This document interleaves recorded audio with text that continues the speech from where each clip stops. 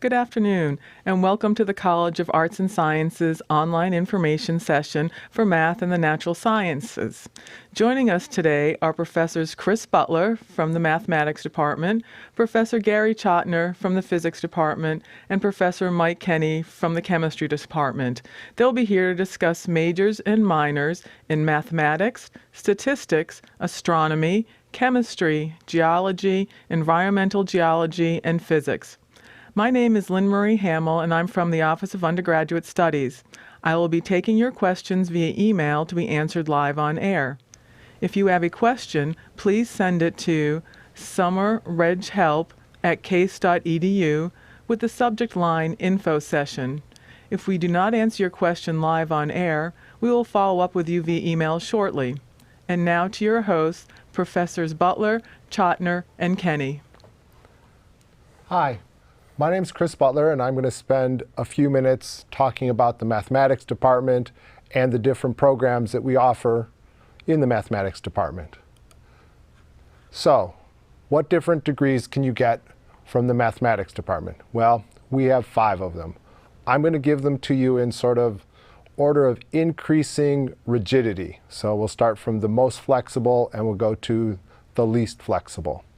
The first degree we have is a Bachelor of Arts degree with major in mathematics. The idea is this is a Bachelor of Arts degree. It provides a lot of flexibility for what you want to do. If you want to study mathematics and something else, say economics, English, music, whatever, it's very, very easy to get a Bachelor of Arts degree, major in mathematics, and get multiple different majors. So it is sort of our most flexible degree that we have. The next degree is the Bachelor of Arts with teacher certification. The idea with this is you like mathematics and you want to end up to be a high school mathematics teacher. Well, we have a degree for that. The idea is you take the major, mathematics, and then you take additional courses to get your teacher certification. Some of them are here at Case Western Reserve. Some of them are at John Carroll. It's a little less flexible than just the Bachelor of Arts degree because to get the teacher certification, you need to do student teaching and those sort of things that sort of compact your schedule a little bit. You have to be a little bit more careful when you schedule your classes. The next degree we have is a Bachelor of Science in Mathematics. If you get this degree, your diploma actually says Bachelor of Science in Mathematics.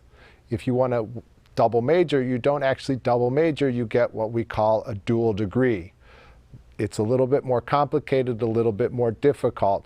So if you're thinking about doing multiple things, you might be better off with a Bachelor of Arts degree than a Bachelor of Science degree. A Bachelor of Science degree is a little bit more technical.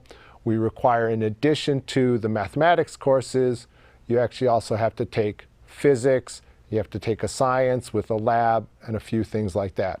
So it actually has more requirements and is more restrictive than the 2 Bachelor of Arts degrees.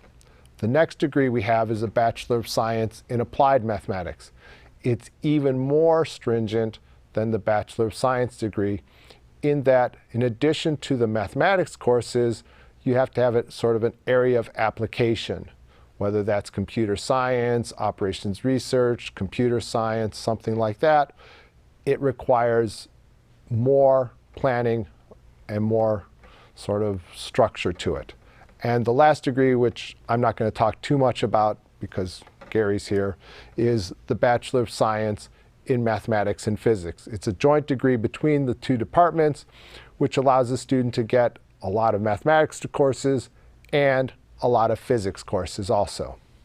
So now, when you want to go set up your schedule, you've got these 5 degrees. What do you do? What do you think about? How do you go about it? Well, setting up your first semester schedule. The thing that I would look at first is the FYI guide.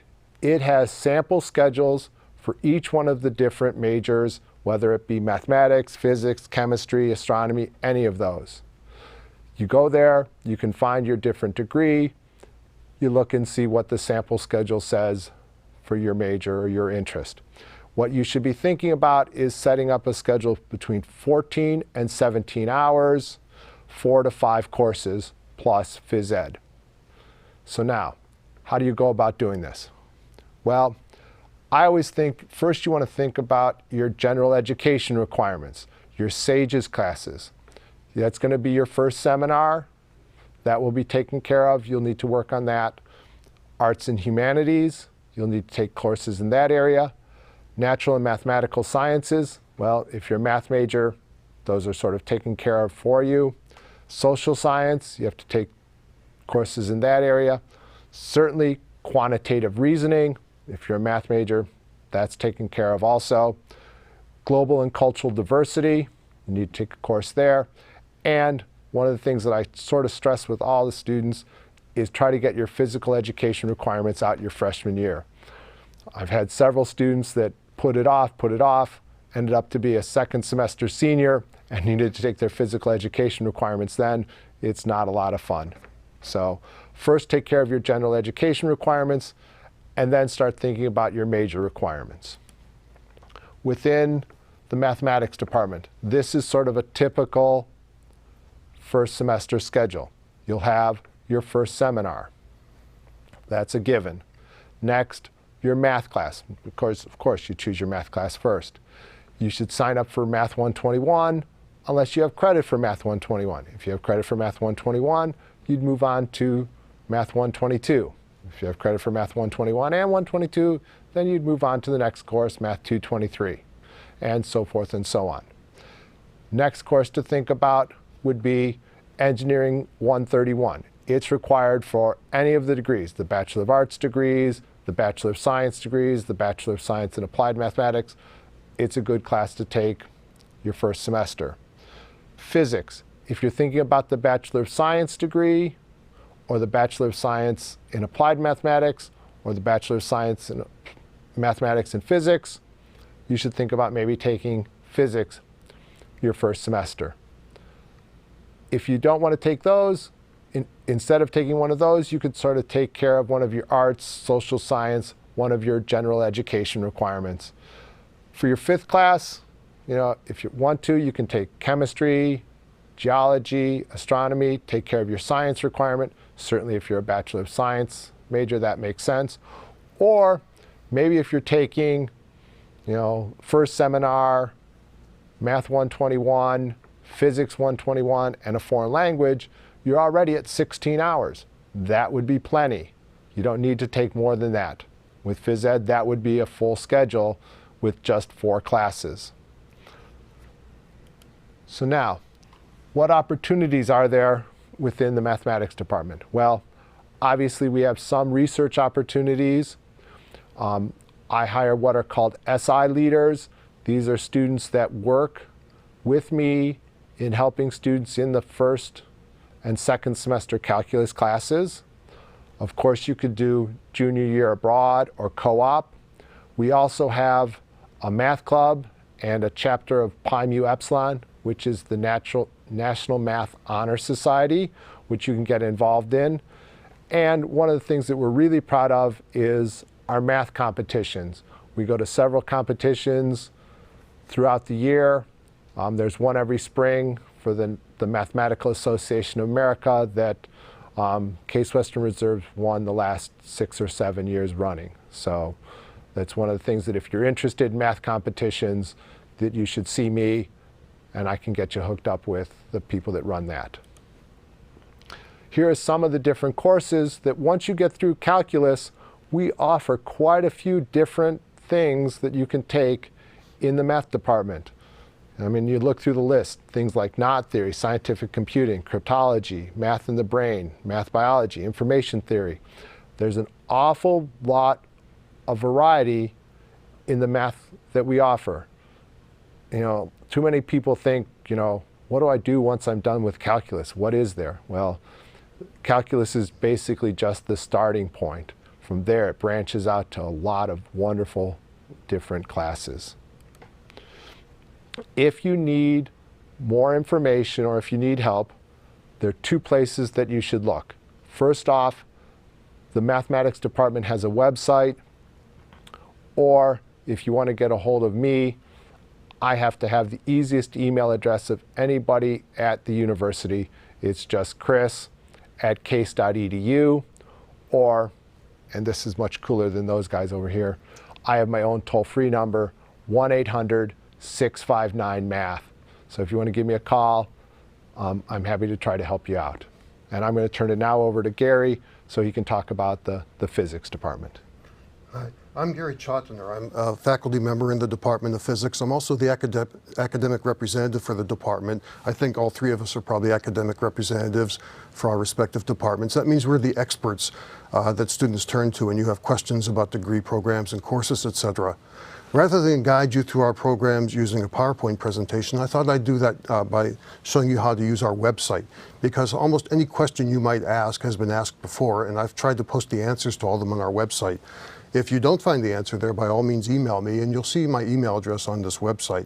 So to get there, let's start from the university homepage, which you should see in front of you now.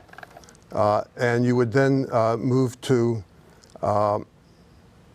the site that shows the departments. Let's get up here actually, admissions, education, let's see where to go now. Schools and colleges, right? The College of Arts and Sciences, which all of our departments are in. Then at the top of here, near the top, you'll see departments and centers. And then you'll see all the various departments. I should mention, in case I forget later, is I can also talk to you about the astronomy program. Although there's a separate department here, there's quite a bit of overlap between astronomy and physics. But in any case, once you get to this page, you'd click on physics, and that would take you to our department homepage. And there are things on here that might interest you. You can learn about our faculty, their research interests, etc. But the key thing right now would be to click down to academic programs, the undergraduate program. These are the web pages that I maintain. And we're going to work our way through this and over the next 10 minutes or so, talking about the variety of degree programs we have, some of the courses specifically, particularly the introductory physics courses that you'll see has their own web page. Talk to you a little bit about our physics majors, what they do, where they've gone, how to get involved in research if you're a physics major. Undergraduate Newsletter, where we post a lot of information, general purpose information, including jobs. And finally, ending with talking a little bit about our Physics and Astronomy Club. So let's start with degree programs. You'll see here actually more than 7 different programs listed, but don't get worried. You'll find it's actually very easy to schedule your first semester so that you can get into any of these programs later on. You can even schedule your first year and have quite a bit of flexibility. Before I click on Bachelor of Science, I'll show you this Advice for Physics Majors link. This is where we've collected all the general advice that your advisor may or may not remember to tell you, and you may or may not remember you were told. So if you have time and if you're thinking of declaring a major in physics, you might want to skim through this page where you'll see some general advice and also some advice that's specific to our various programs. So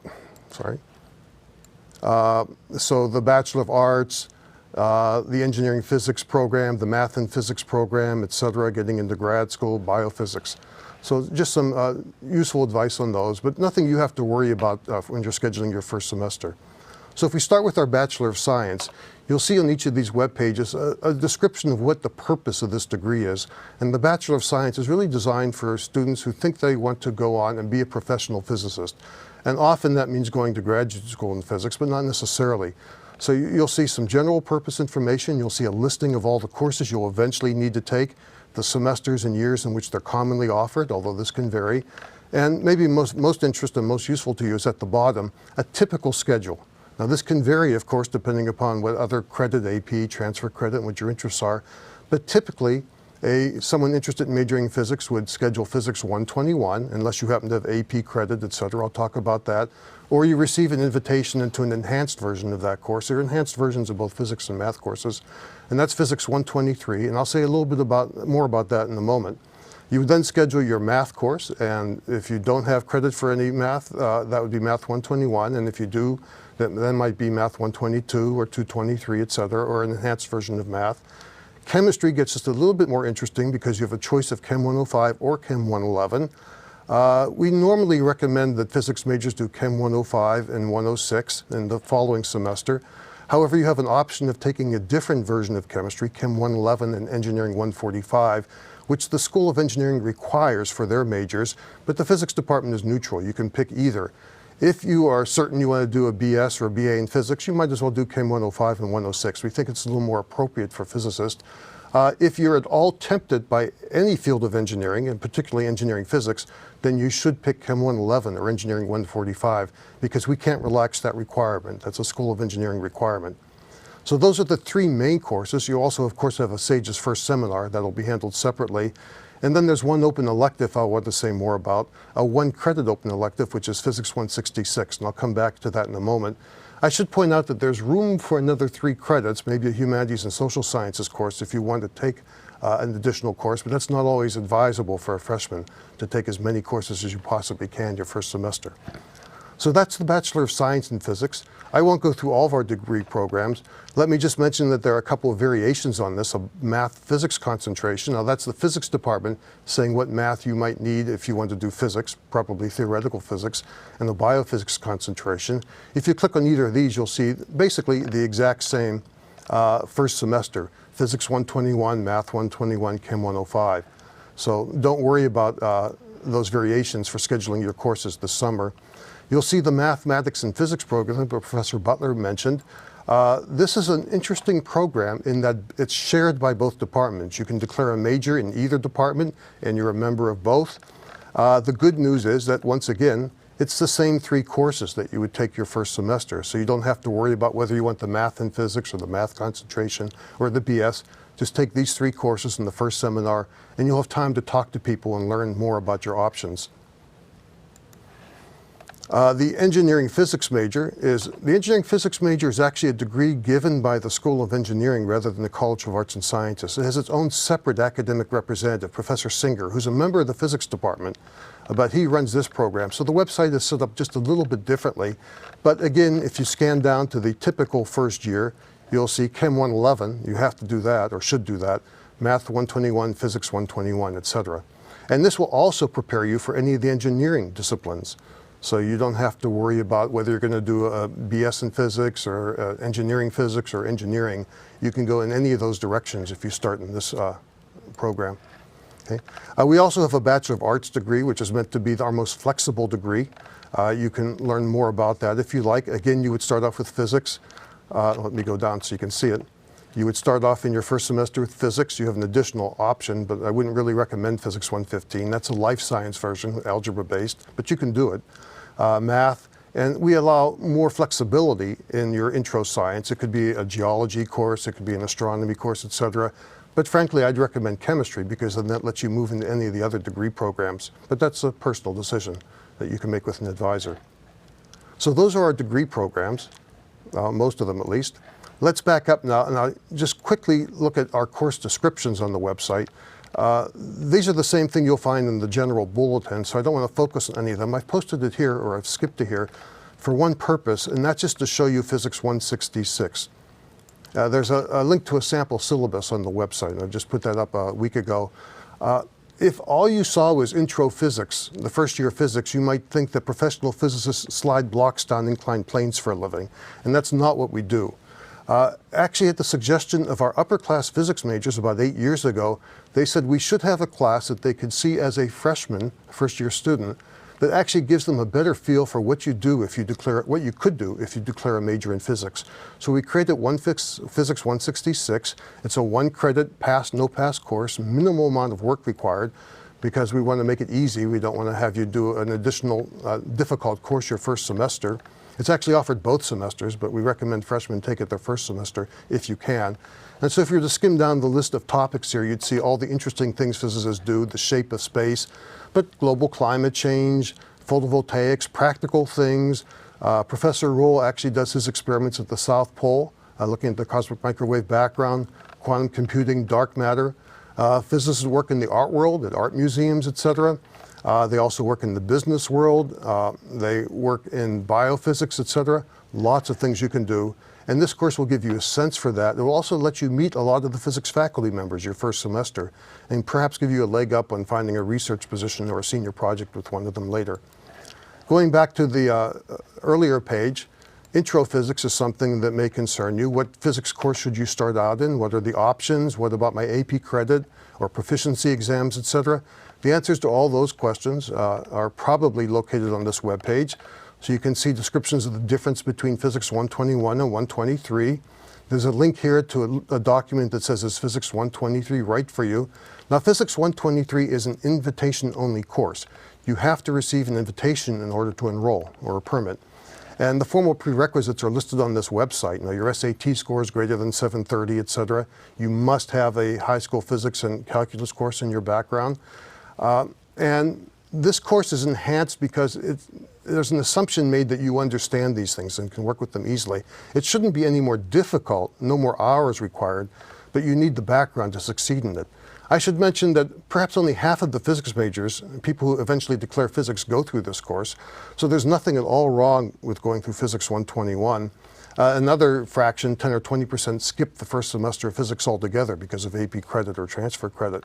I should also mention that if you don't receive a permit to enroll in this course, you should feel free to contact the course instructor, Professor Ji-Shan. Put your name on a wait list that will be available in a few weeks, and tell her why you'd like to get into this course. And if there's room, we have a strict limit of 64 students. It starts off at 50, but we have room to add another 14. If there's room, she may consider letting you into this course. And it's fairly common for us to relax these requirements if you do have an interest in declaring a physics major, because you do need to see what you might be getting into. So if you were to go through the rest of this document, you would see more learn more what this course is about, including a little quiz at the end. So if you can skip down to these problems and quickly say, well, what's sine squared plus cosine squared? If you can just get the answers to all these very quickly, then you're probably a good candidate for this course. But if you can't, then you should be a little more cautious and probably take Physics 121. Okay. The other things I want to point out to you that are located on this website, I won't try to do everything, but since there are so many questions about AP credit, and those questions are answered on this webpage, at least for physics. And so you'll see that you can get credit for the Physics B exam, but it's only credit for Physics 115. It's an algebra-based course, which probably doesn't do you much good if you're thinking of declaring a physics major. We do give AP credit if you get a 4 or 5 on the C mechanics exam. However, if you receive an invitation to Physics 123 and accept it, you'll forfeit that credit. The good news is you have a couple of weeks to reconsider. All courses at CASE have a 2-week drop-add period. So you can go to attend a course for the first 2 weeks and decide that you like it or you don't like it and withdraw, or maybe attend a course that you're not actually enrolled in, but you should tell the instructor and add that course. Better to do it sooner than later. 2 weeks in is actually a seventh of the way into the semester. So in any case, we don't give credit for the AP Physics E&M exam, even though you might earn a 4 or 5, because it's been our experience that that particular proficiency exam, AP exam, is not a good indication of how well you understand physics.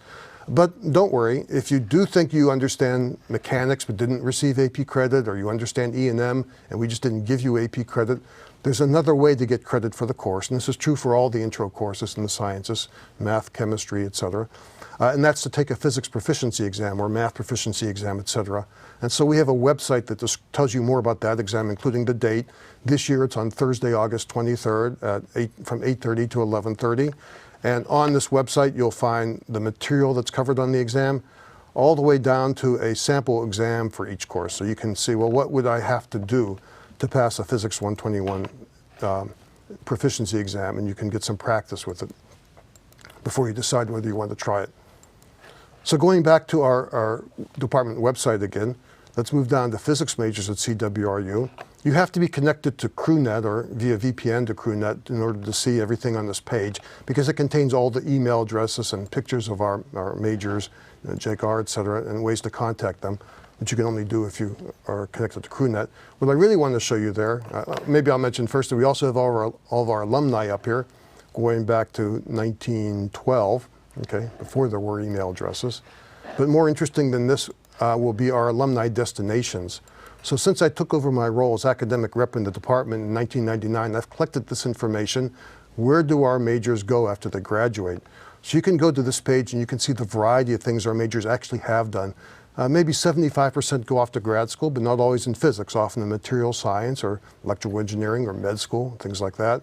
And many of them just get jobs directly after their major. So you can get the information about this at our website. Returning again to the initial page, well, you should actually, if you're thinking of declaring a physics major, have an interest in doing research.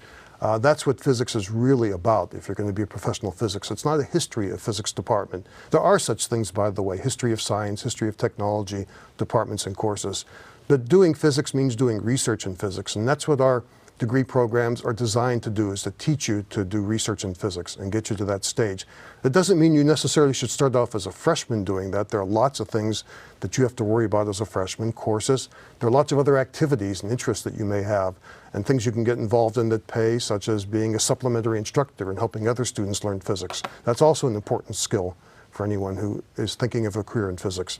But in any case, this web page will show you the variety of mechanisms for getting involved in research, getting a paid job in a lab, signing up for course credit. Everyone is guaranteed to get involved in research in their senior year. And you can see at the bottom of this page links to actually over 300 senior projects that students have done since the year 2000. And if you click on any of these links, you can scan down the list of what our seniors have done as research in their senior project. You'll find many times it's outside the department, sometimes even outside the school, at a local company or even a distant company. I think one of these is at the FBI headquarters.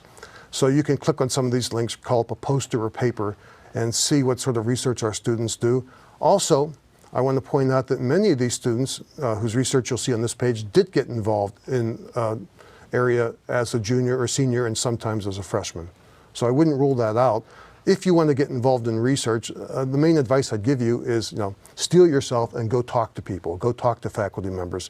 We're all just older students like you, and we're all very approachable. And that's how most people land jobs in a research group. They just talk to a faculty member. So going back to our first page, let me just click on Undergrad Newsletter and quickly point out, this is where I post a lot of news of interest to our undergraduates. I won't try to go through everything. It's quite a long posting. But I will click on information about jobs because there are two things I'd like to point out here. One of which is the salaries earned by physicists.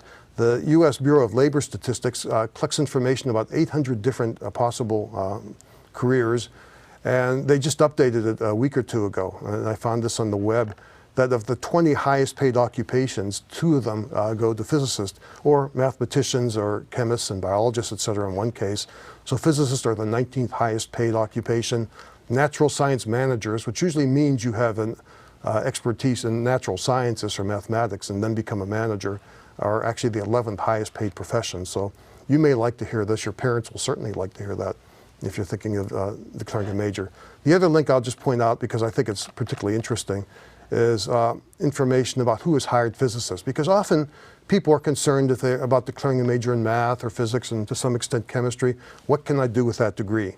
Well, the physics community collects this information. You can go to this link. You can click on the state you'd like to live in, let's say New York, and you can see who has hired physicists in the past 3 or 4 years, undergraduate physics majors. And you'll see a lot of places that you wouldn't think of as hiring physicists that actually have, including a lot of firms on Wall Street. I've actually had 2 Cleveland banks call me up and ask me if we have any people graduating this semester who would like the job in their bank. I don't have time to explain that, but I think that that's a very interesting thing. So let's kill this. So I'll end then, let me go back to navigate back to our initial page, by clicking on our Physics and Astronomy Club. And there are equivalent things in other departments. Something you can certainly do, let's see if the link will work, but in any case, we have a Physics and Astronomy Club. It's run by our undergraduate majors. It's something I'd encourage you to get involved in because you can certainly do this as a freshman. There'll be talks at least once a month, other social gatherings. It's a good way to meet other physics and astronomy majors who also will know lots of the faculty in the department, so it's a good way to get involved in general. They also do interesting field trips, and I don't mean just a trip to the west side of Cleveland, but they've gone to San Francisco, they've gone to Chicago to visit national labs, et cetera. So it's something, again, I'd encourage you to get involved in. And like I said, there's a lot more information on this website I'm not going to try to get through now. But if you do have any questions, you'll find my email address on the site, and please feel free to contact me. But now I'm going to turn the computer over to the chemistry department. Hi, my name is Mike Kenney, and I'm a faculty member in the chemistry department. I'm going to talk with you today a little bit about what you can, the different chemistry majors that we offer, what you can do with the chemistry major and how to get more involved. First of all, I think I'm going to go to the second screen. There we go. We have 2 degrees currently in the chemistry department, a Bachelor of Arts in Chemistry or a Bachelor of Science in Chemistry. As Chris and Gary had already shared with you, the Bachelor of Arts degree is much more flexible. It has fewer requirements. It's got only 32 credit hours required for the degree within the chemistry department, an additional 16 credit hours in math and physics, and then your other general ed requirements. If you're at all thinking about double majoring, this is probably the better option for you. It is a degree, though, that can be used for just about anything. If you want to go to graduate school in chemistry, you can still do a BA in chemistry. Personally, I have a Bachelor of Arts in Chemistry because I double majored in chemistry and Spanish as an undergraduate, so it was important to do this. The Bachelor of Science in Chemistry, like as Chris said early on in mathematics, your diploma will actually say Bachelor of Science in Chemistry. It's a much more rigorous degree. It's certified by the American Chemical Society. So you take all the courses and all the concepts that the American Chemical Society has deemed appropriate for a chemist to learn as an undergraduate. It has a lot more required courses. It has some different courses. So for example, when you get to organic chemistry, you have to choose whether to take Chemistry 223 or Chemistry 323. We ask our Bachelor of Science chemistry majors to do the Chemistry 323, where the Bachelor of Arts chemistry majors could choose either one. The only difference between the two is in how they're presented, and I'll talk a little bit more about that in a bit. This is the degree that if you know today that you want to go to graduate school in chemistry, that I would advise you to do. If you're thinking about graduate school, if you're thinking about postgraduate education, a Bachelor of Arts in Chemistry is the better way to go, and then supplement it with some additional courses. And those are things that your advisor can talk with you about once you get here to Case. The nice thing is, for most of you, the first semester is going to be the same, whether you're a Bachelor of Arts major or a Bachelor of Science major. So here's a sample schedule for someone coming to Case in the fall. Of course, you're going to take your SAGES first seminar. That's an automatic one. We then want you to get your math taken care of. So either take Math 121 for all students interested in a Bachelor of Science or considering a Bachelor of Science. Or, as Chris said earlier, if you have AP credit, consider going to Math 122 or Math 223. Or if you know that you're going to be a BA major, you can take Math 125, which is also calculus. It's just taught at a slightly different sequence, perhaps a slightly different level. It's still a rigorous calculus class, but there are more applications for life science and managerial sciences. So consider that one. But again, if you're thinking about any one of the Bachelor of Science degrees, go to Math 121. Then we encourage you to take Chemistry 105 in the fall. You'll take Chemistry 106 in the spring. This is a year-long introductory chemistry sequence that all of our Bachelor of Arts and Bachelor of Science chemistry majors will take. If you're thinking about engineering, you would go to the Chem 111 in the fall, or you'd go to Engineering 145 in the fall. And I'll come back to that in a little bit. Chem 113 is the 1 semester long laboratory course for all chemistry students. You can take it either in the fall or the spring. If you are a Bachelor of Science chemistry major from day one, take Chem 113 in the fall. If you are considering whether or not this is right for you, you could postpone it to the spring. What I want to encourage strongly is that those of you who are going to be majoring in the science to take the lab in the fall. You can postpone it. If you take Biology 214, for example, you will also have a biology lab associated with your introductory course. If you take Physics 121, you're going to have a lab associated with it. And so you may be hesitant to take 2 laboratory courses in the same semester. As a science major, I can assure you, you will have at least 1 semester here at Case Western Reserve where you will have 2 science laboratory courses. So postponing it till the spring may initially seem like a good idea. Reconsider that. It's not that hard to be able to do 2 labs at the same time. So just give strong consideration to taking Chem 113 right away. Then take one of your general ed requirements. Chris did a great job outlining what all of those were early on. Get a psychology class out of the way, or if you're considering psych, definitely get a psychology class out of the way. Take an arts class, fine arts class, study a foreign language. You can start to satisfy those requirements you need to graduate.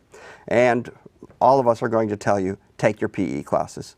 We all know students who waited till that last semester and said, dang it, I got to get my PE taken care of so that I can graduate. you have to do the PE. So do it now, start on the road right away. And carrying a 16 to 17 credit hour load is what we recommend. More than that tends to be a lot. You might be used to taking 6 classes a term when you were in high school. 6 classes in college in any one semester will be a lot more work. One of the biggest questions that always gets asked about chemistry, because it seems most students who come to CASE, or at least some days it seems like most students who come to CASE, already have AP or IB credit for chemistry. Many of you may have taken your AP course as early as your second year of high school, probably your third year. And so it's been a couple years, but you got that 4 or the 5. And if you've got that grade, you did a great job. We want to acknowledge that. We'll give you credit for Chemistry 105, Chemistry 106, and Chemistry 113. So you can get 8 credit hours of college level credit because of that AP test. What you have to decide is, should I use it or not? First thing I'll tell you is, if you're pre-med, many medical schools do not recognize AP credit. They want you to take 2 years of college level chemistry. So you're going to need the college level course anyway. Take that Chem 105, Chem 106, waive the AP credit, pad your GPA perhaps, but it's probably a better idea. I can tell you that statistically, when I've looked at this, if you got a 4 on the AP test, you're likely to get a B in the college level course. If you got a 5, you're likely to get an A. It's very predictive. But you say to yourself, wait, I can get credit for a full year of chemistry, I can go straight to organic? Absolutely, but I rarely encourage it. Organic chemistry is a course that for many students, for most students, proves to be one of the more challenging classes they've ever had. And going right into it after high school is not always the best choice. In fact, I rarely advise it. Once you get to organic, you're going to have to change. You're going to have to really focus how you prepare. If you think you're ready for it, do it. But I'd encourage you to consider, let's take a refresher, so to speak, in chemistry. Get my feet on the ground, find out what it's like to take college level classes, balance my schedule with all the other things that I have going on. Now that I'm away from home, I can go join this club and that club. I can go do this on the weekend. I can party with my friends, or whatever you end up doing that first year. So consider strongly waiting to take organic chemistry. However, because we want to help you out, this semester, for the first time, we're going to be offering Chemistry 106, the second semester general chemistry course, in the fall. So if you've got AP credit for Chem 105, you can say, hey, I'm going to take Chem 106. I'll get that refresher so I remember all that basic chemistry that I learned previously. And then you can start with Organic 1 in the spring of the first year.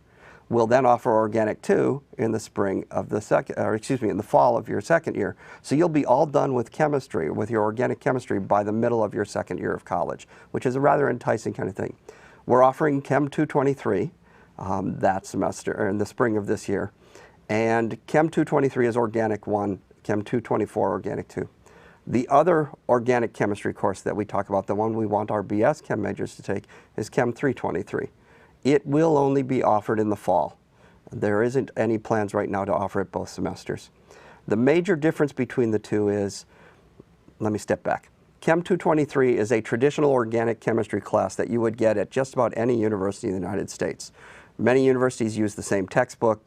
There are 3 or 4 that are used by most of the universities in the United States. We're in that group with everyone else. It's taught in a specific sequence where you start with naming compounds, understanding acid base properties of organic molecules, looking at alkanes, alkenes, alkynes, alcohols, working your way through the functional groups, and you progress through that over the course of a full year. What we've done in Chem 323 is refocus the class so that we're going to start by looking at the molecules of living systems. So instead of starting with alkanes, of which sure, methane is one, and you're all probably familiar with methane, we're going to start with carboxylic acids. So we're going to jump to something that's going to make a difference in your life, in your body, and look at organic chemistry from that perspective. It's a great preparation if you're considering any of the health careers, but you will have to wait until the fall to take it. When I say wait, I mean wait till your second year. Or, if you have that AP credit, you could choose to take that Chem 323. I will tell you, if you choose that option, it meets at 8:30 in the morning, Monday, Wednesday, Friday. It will be your first college chemistry class. If that's the right thing for you to do, great. what you could do, and Gary alluded to this a little earlier, is you could start in Chem 323, and in that first 2 weeks, make a decision, this is right for me or it's not. You have a 2-week drop-add period. You can explore it, or you can always just show up and sit in on the class, even though you haven't registered, and say, you know what, this is the right class for me. So there's a couple ways to do that. I'd encourage you to come seek me out during that week when you're here for orientation, and we can talk about it face-to-face.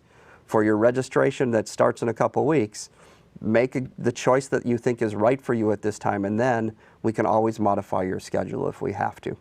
As far as lab is concerned, if you choose to go straight to organic chemistry, you want to take Chem 233 lab, whichever of these two, first 223 or 323 you take.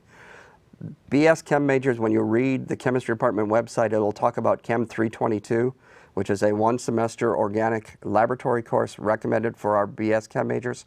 We are not going to teach that. We're currently not planning to teach that in the spring of 2013 for a variety of reasons. We will probably come back to it, although it's being discussed right now within the department whether we will or not. So take Chem 233, Organic 1 Lab, so that you stay on track. You will then need to take a second semester of lab. Some of the other options that we have available in the chemistry department for you to consider partaking of is, like physics, chemistry is a research-based science.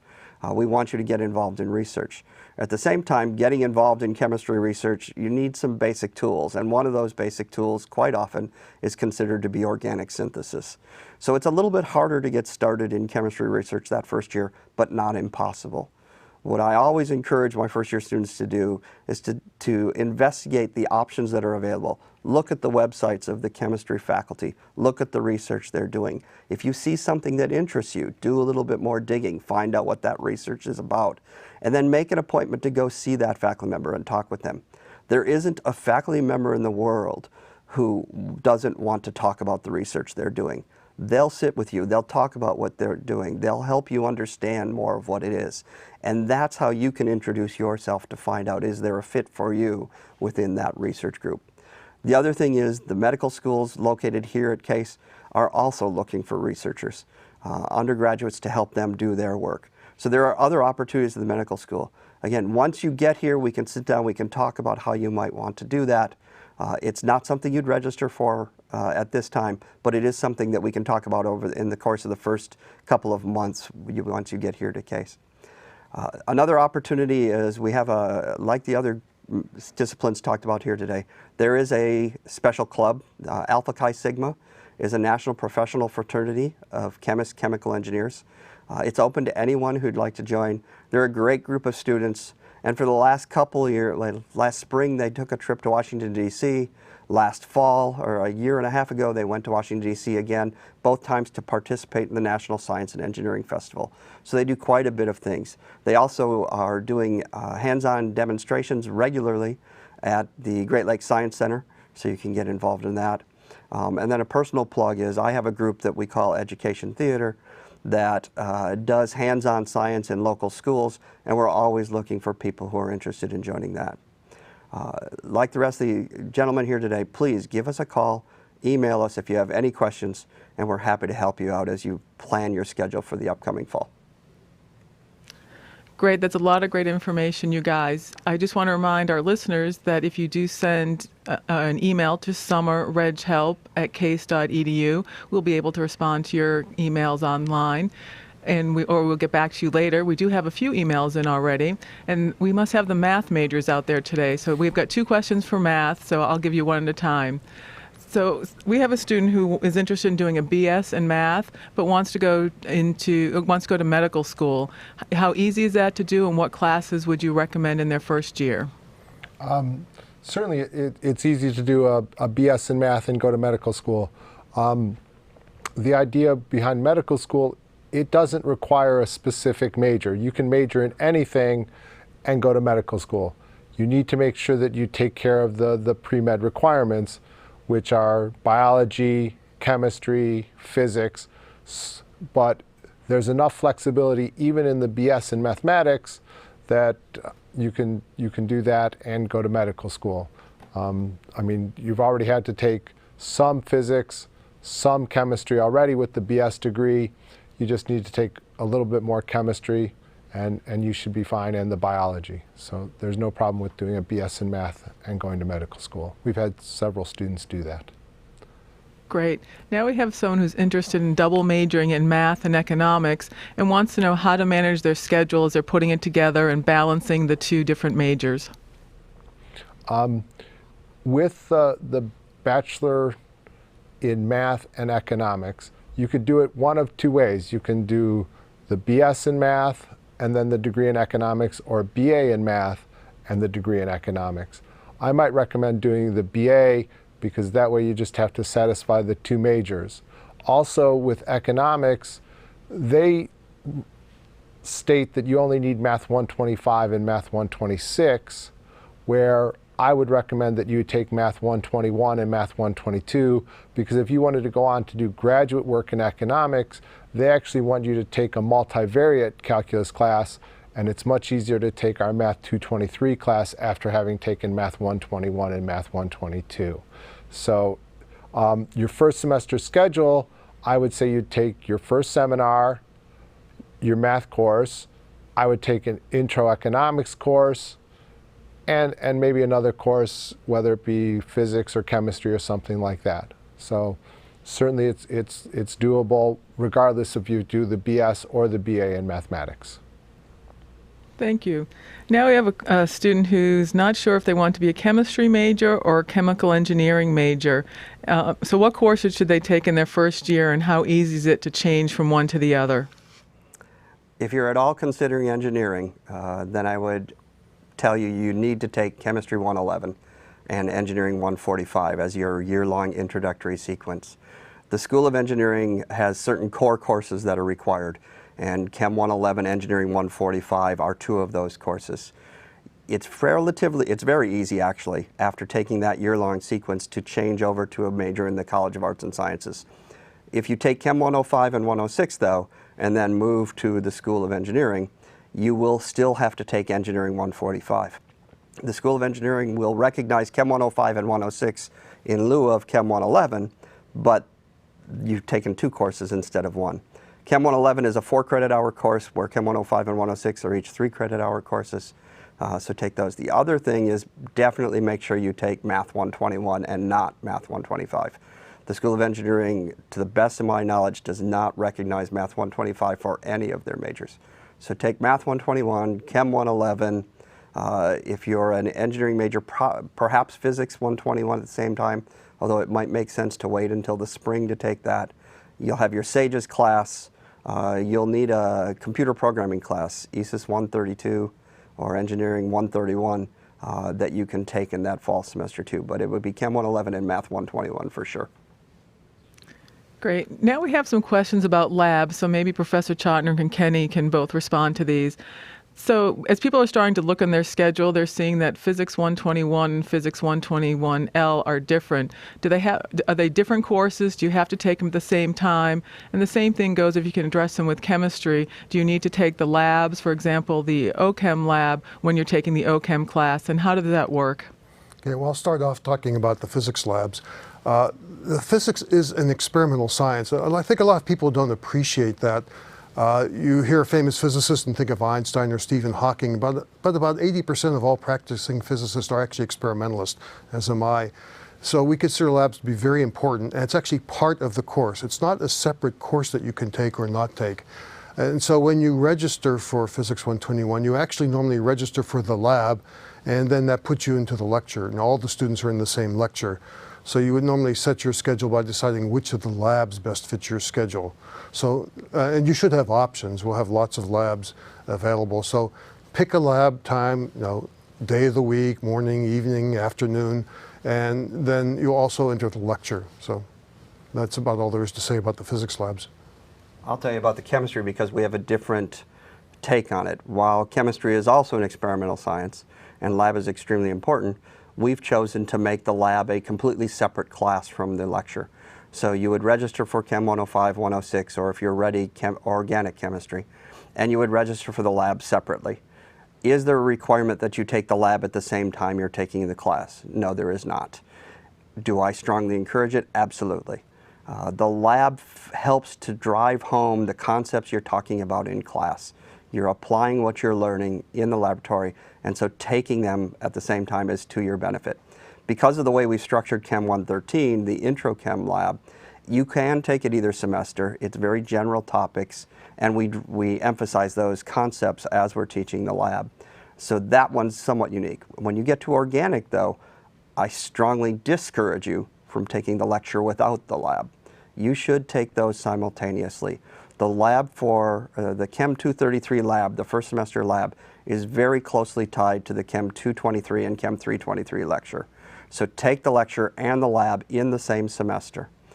In the past, it's been very hard as an incoming student, as a first-year student, to get into the organic lab because all of the sophomores, the second-year students, have already registered.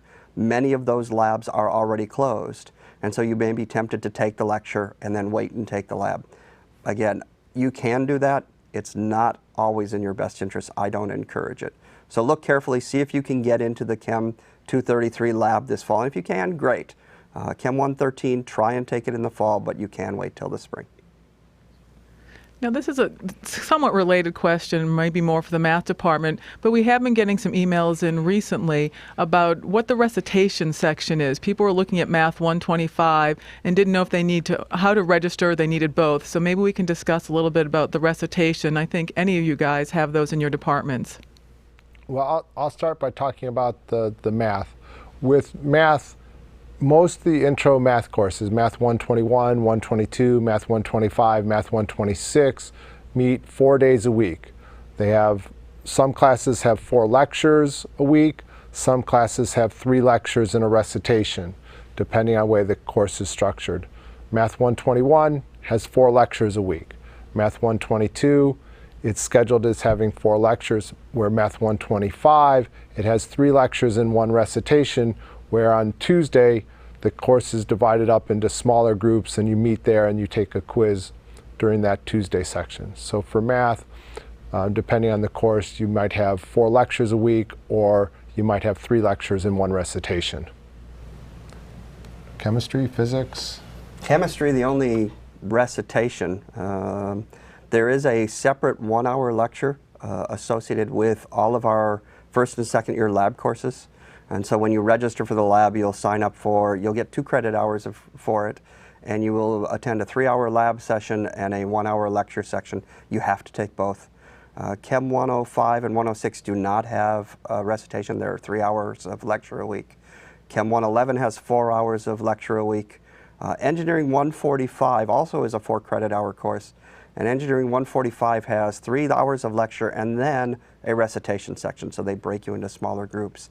You must take the recitation with the course if there is one. And I can speak to recitations in physics courses. We don't have them in Physics 121, 122, 123, 124 anymore. We do still have them in Physics 115, 116, and in your sophomore level course, Physics 221. And that was based on student interest in attending recitations. What actually changed was that we have a department here called Educational Service for Students that provides tutoring and what's called supplementary instructor services for most of the intro courses. Math, I think, has their own system, but for physics and other courses, there are students who help teach students, and they also provide free tutoring service, etc. And we found that that meant the demand and the interest in our intro physics courses. Also, it's a 4-credit course and has a lab with it, so it really wasn't fair to have a required recitation also associated with that course. That would be too many hours to expect of you. So no recitation in the first physics course that most of you would take if you're interested in the physics major. Thank you. Now we have a question from William, who is interested in doing either BS in physics or the BS in math and physics, and is wondering if it would be reasonable to have a minor in Japanese with either of those majors, and if so, would they have time to start Japanese in their first semester, or should they wait until their second year? I'll start with it. Certainly you could start Japanese. Maybe your first semester schedule would look like your first seminar, your math course, your physics course, and a Japanese course. Those are all probably 4-credit hour courses. You'd be at 16 hours plus phys ed, and that would be a nice way to start. And then you can see, maybe you really love your math course and you don't like your physics course as much, or vice versa. And then you get an idea of which direction you really want to go with things. So I would think that would be a a good idea to start with. I mean, that's one thing about college. You want to try things and experiment and see what you do like, and then make your decisions based on that. Gary? And I can add to that. Certainly it's possible, and I know that because it's been done. We've had students who did do minors in Japanese while pursuing our BS, and the BS in math and physics is no more difficult than the BS in physics, and provides you lots of opportunities for open electives and to fit in a minor. We've had graduates who then went off to Japan afterwards and did interesting things in Japan. I've called up, I don't know if you can see it now, but I've called up the math and physics typical schedule, where you'll see you start off with physics, a math, a chemistry course, a first seminar, perhaps a physics today and tomorrow. But I mentioned earlier, I don't know if I emphasized it, though there's actually room for you to squeeze another 3 credits into this, I think, if you want to do that. And you could, in fact, put off the Physics 166 first semester. So you could start off in Japanese your first semester if you'd like to start down that path. In fact, it's maybe a good idea to do that if you're thinking of studying abroad, because it's good to have a couple years of language under your belt before you go away, commonly, but not necessarily in your junior year. Great. We talked a little bit about AP credits as they relate directly to the major with the chemistry and physics. We have a few students who are wondering if they have AP credits for arts and humanities classes. Do those fill any requirements in the majors, and how do those work? Well, the short answer is yes. There's a web page in the FYI guide that will give you the listing of what credit you earn for any given AP exam. Commonly it's a 4 or 5, but there are exceptions. It's page, Professor Butler just showed me, it's page 106 in the current FYI guide, which you can find online. And remember, all of our degree programs have general education requirements. Typically a couple of courses in humanities, a couple of courses in social sciences, and your AP credit will fulfill those course requirements. Great. We're just about out of time. We have one more question. We have a student who took math in high school but did not take the AP exam and wants to know what he'd be able to do when he got here. Is there what math class would he have to go into? Well, if he doesn't have any advanced placement credit, then most likely he'll start in Math 121. If he does feel like he's learned the material that's in the first semester calculus class, he's welcome to take the math proficiency exam, just like there's physics proficiency and chemistry proficiency exams. The math proficiency exam is going to be on August 24th, which is the Friday before classes starts. And I believe it's from 9 to noon. If he's interested in taking that, he should send me email from email at chris@case.edu. Or he could just say, hey, I've learned stuff, but I figure it might be better for me just to review it one time at the college level and make sure that I know it really well so that I can go on from there. And just take Math 121. Either way, or he could take the proficiency exam and see how he does, and then make the decision. Great. Could you just explain how proficiency credit works? Is it the same as AP credit? For all of the different proficiency exams, you take an exam. Based on how well you do, you would get awarded for credit for that course, and you would have that course listed on your transcript as having credit for it. So if you took the Math 121 proficiency exam, you would be awarded 4 credits, and then you could move on to Math 122. Just in addition on that, for any of the proficiency exams or AP credit, you do not get a grade for it. It does not contribute to your GPA in any way, shape, or form. It simply is listed as satisfying the requirement. Wonderful. We're out of time, so I want to open it up for our hosts if they have any final comments or words of wisdom for everyone watching today. I'll start. I hope to see all of you when you get here on campus. If you do have questions, as Gary and Mike alluded to, we're always welcome to see you. Stop by our office, come see us, ask us, meet with us, and we can provide a lot of helpful information. And I'll speak next. We're here mostly to talk about the math, physics, and chemistry majors, and also statistics, astronomy, and geological sciences, now known as environmental, earth, and planetary sciences. But college is a time, especially the first couple of years, for you to explore majors and discover what your interests are.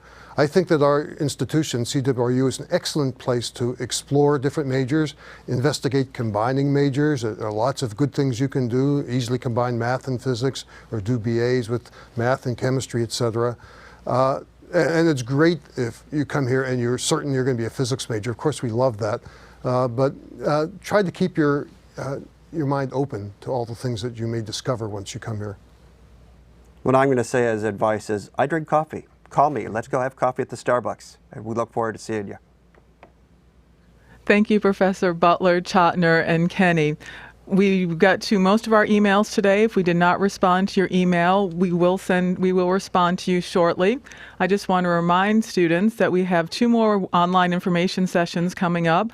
On July 10th, we'll have Registration 102, where myself and Dean Mason will be here to answer any of your last-minute questions before you register from on July 12th to July 17th. And then we'll have our next online session on July 19th. What's next? We're going to finalize your schedule and answer any of those questions that you have after you've enrolled. Thank you for joining us this afternoon, and have a good day.